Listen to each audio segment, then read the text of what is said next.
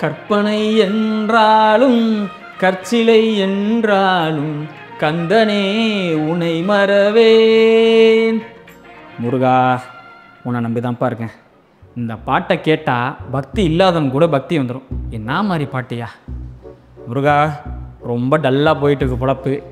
அரிசி பருப்பு விலையிலேருந்து பெட்ரோல் தங்க வர வரைக்கும் எல்லாமே இஷ்டத்துக்கு ஏறுது. வருமானம் பெருசாக வரதில்லை, அப்படியே வந்தாலும் கையில் நிற்கிறதில்ல. 10 பைசா சேவிங்ஸ் கிடையாது.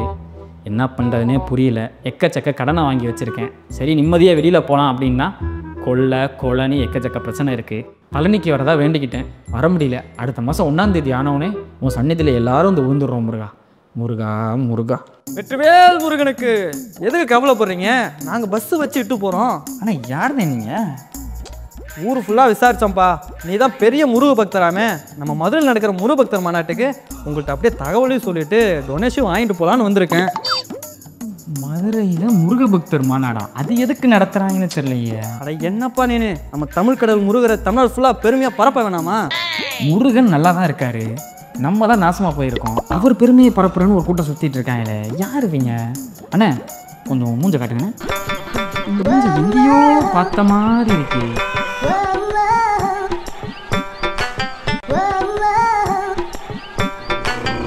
அண்ணே அவரானே நீங்கள்? உங்களெல்லாம் கட்சியில் சேர்க்குறாங்களாண்ணே?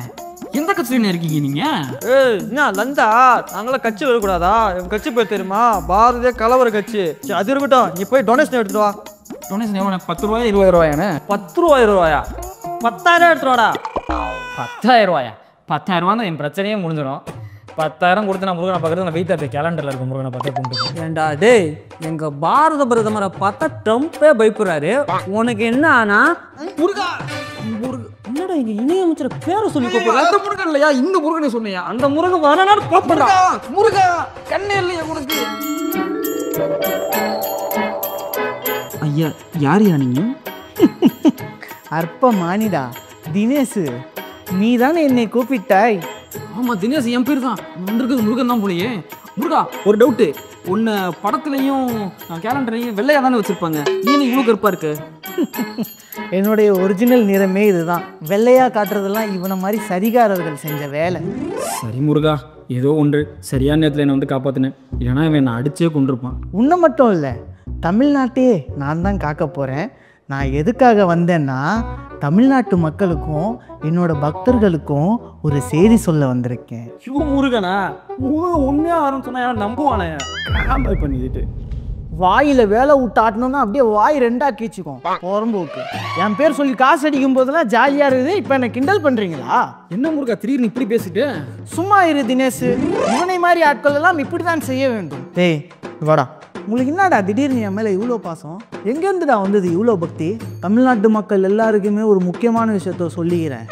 இந்த சங்கி கூட்டத்துக்கும் தமிழ் கடவுள் முருகனாகிய எனக்கும் எந்த விதமான சம்பந்தமும் கிடையாது. இவனுங்க 2026 ஆட்சியை பிடிக்கணுங்கிறதுக்காக ஒத்துமையாக இருக்கிற தமிழ்நாட்டை பிரிக்கணும். அதுதான் இவனுங்களோட மோட்டிவ். அதுக்கு என் பேரை யூஸ் பண்ணிக்கிறானுங்க. வடநாட்டில் சொல்கிற மாதிரி ஜெய் ஸ்ரீராமன்னு இங்கே சொல்லி பார்த்தானுங்க. ஒன்றுமே செல்ஃபி எடுக்கலை. இவனுங்களுக்கு இதே வேலை தான். நார்த் இந்தியாவில் இந்த மும்பை மகாராஷ்டிரா பக்கம் போனானுங்கன்னா கணபதி பாபா மோரியான்னு சொல்லுவாங்க. இந்த பக்கம் வெஸ்ட் பெங்கால் பக்கம் போனானுங்கன்னா ஓம் காளி ஜெய் காளின்னுவாங்க. கேரளா பக்கம் வந்தால் சாமி சரணம்னுவானுங்க. தமிழ்நாட்டில் வெற்றிவேல் வீரவேல் சொல்லின்னு சுற்றுறானுங்க. இந்த சங்கி கூட்டம் இருக்கானுங்கள்ல, இவனுங்க ரொம்ப மோசமான கூட்டம். இவனுங்க முருகன்னு சொல்லிட்டு வருவானுங்க. அப்புறம் நம்மளாம் இந்துன்னு சொல்லுவானுங்க. அப்புறம் முஸ்லீம் நம்ம எதிரின்னு சித்தரிப்பானுங்க. அதுக்கப்புறம் அங்கே ஒரு மசூதி இருக்குது, அந்த மசூதிக்கு கீழே இந்து கோயில் இருந்தது, வா போய் இடிக்கலான்னு கடப்பாறையை கையில் கொடுப்பானுங்க. இந்த அரசியலுக்கெல்லாம் நான் பலியாக மாட்டேன். தமிழ்நாடு மக்களாகிய நீங்களும் பலியாயிடக்கூடாது. முருகா நீ சும்மா இரு முருகா. நீ தமிழ்நாட்டில் என்ன நடக்குன்னு தெரியுமா உனக்கு? கடவுள் நம்பிக்கைலாம் ஆன்மீகத்தில் என்ன வேலை? தினேஷ், இப்போ நீ கேளு, பிஜேபிக்கு அரசியலில் என்ன வேலைன்னு கேளு. நான் எப்படி முருகா கேட்குறது? இனிமே நீங்கள் தான் கேட்கணும். நானே கேட்குறேன், மதத்துக்கு அரசியலில் என்ன வேலை? பதில் வராது. பிஜேபிக்கு தமிழ்நாட்டில் என்ன வேலை? பதில் வராது. ஆன்மீகம்னா என்னன்னு ரொம்ப சிம்பிளாக சொல்கிறேன். எல்லாரும் அன்பு செலுத்துறதுக்கு பேர் தான் ஆன்மீகம். இது இந்துவாக இருக்கலாம், கிறிஸ்டியனாக இருக்கலாம், முஸ்லீமாக இருக்கலாம், எல்லாருமே அன்பால் ஒன்றிணைஞ்சவங்க தான். இவனுங்க இருக்கானுங்களே, இவனுங்களுக்கு வெறுப்பு பரப்புறது தான் வேலையே. அதுவும் கேவலம் பணத்துக்காகவும் பதவிக்காகவும் இதை எல்லா இடத்துலையும் பண்ணிக்கிட்டு இருக்கானுங்க.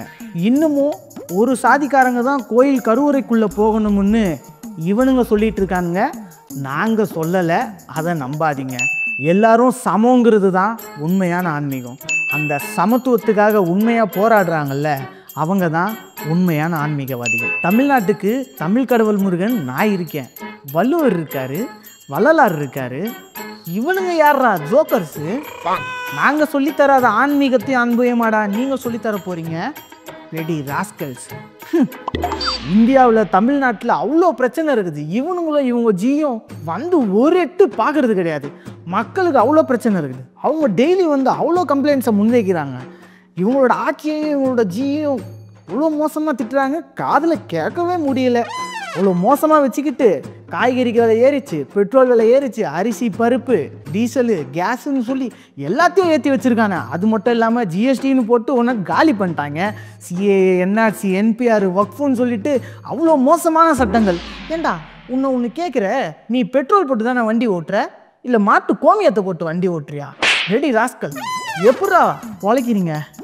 தினேஷ், என்னாலேயே முடியல. நீங்களும் எப்படிப்பா இவங்க ஆட்சியில் வாழ்கிறீங்க? கஷ்டமாக தான் இருக்குது முருகா. ஆனால் நீ சொல்கிறதும் சரிதான் முருகா. இப்போ ஆக்கிரமிப்புன்னு சொல்லி எல்லா கிட்டும் இடிச்சானுங்க, அப்போ கூட இவனுங்க வரல. அப்புறம் நாங்கள் கல்வி கேட்க போகிறோன்னா இவங்க வரமாட்டானுங்க, நாங்கள் வேலை வாய்ப்புக்காக போகிறோன்னா இவங்க வரமாட்டானுங்க, எங்கள் உரிமைகள் எதுக்கு போகிறனாலும் இவனுங்க வரமாட்டானுங்க. ஆனால் சாமி பேரை சொல்லிக்கிட்டு மதக்கலவன் பண்ணுறதுக்கு மட்டும் வேலையும் கம்மி தூக்கிட்டு எப்போ பார்த்தாலும் சுற்றிட்டு இருக்கானுங்க முருகா. முருகா, இவங்க 2 பேரும் பேசி என் மனசை புண்படுத்திட்டீங்க. ஒன்றும் பிரச்சனை இல்லை, நேராக போ, மெடிக்கல் இருக்குது, அங்கே போய் ஆயின்மெண்ட் வாங்கி போட்டுக்கோ, சரியாக போயிடும். இவனுங்க இருக்கானுங்களே, இவனுங்களுக்கெல்லாம் உண்மையை சொன்னாலே மனசு புண்பட்டுருச்சுன்னு கடப்பாறையை தூக்கிட்டு கலவரத்துக்கு கிளம்புறானுங்க. தினேஷ், கொஞ்சம் இந்த வேலை பிடி. தமிழ்நாடு மக்களுக்கு ஒன்று சொல்லிக்கிறேன், இது போன்ற சங்கிகளை ஈவு இரக்கம் இல்லாமல் பொழக்க வேண்டிய காலம் வந்து விட்டது. தினேஷ், எல்லாத்தையுமே ஏற்றுக்குவேன் தினேஷ். ஆனால் தமிழ் கடவுள் முருகன் எனக்கே புரியாத மொழி சமஸ்கிருதம், அதில் வந்து அர்ச்சனை பண்ணுவானுங்க பாரு, அதை மட்டும் என்னால் ஏற்றுக்கவே முடியாது தினேஷ். பாட்டை போடுங்க.